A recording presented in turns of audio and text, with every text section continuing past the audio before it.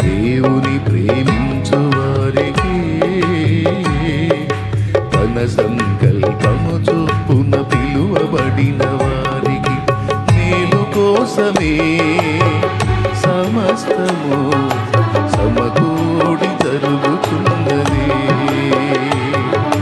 మేలు కోసమే సమస్తము సమకూడి జరుగుతున్నది.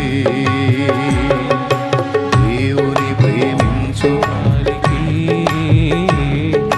తన సంకల్పము చొప్పున పిలువబడిన వారికి దేవుని ప్రేమించు వారికి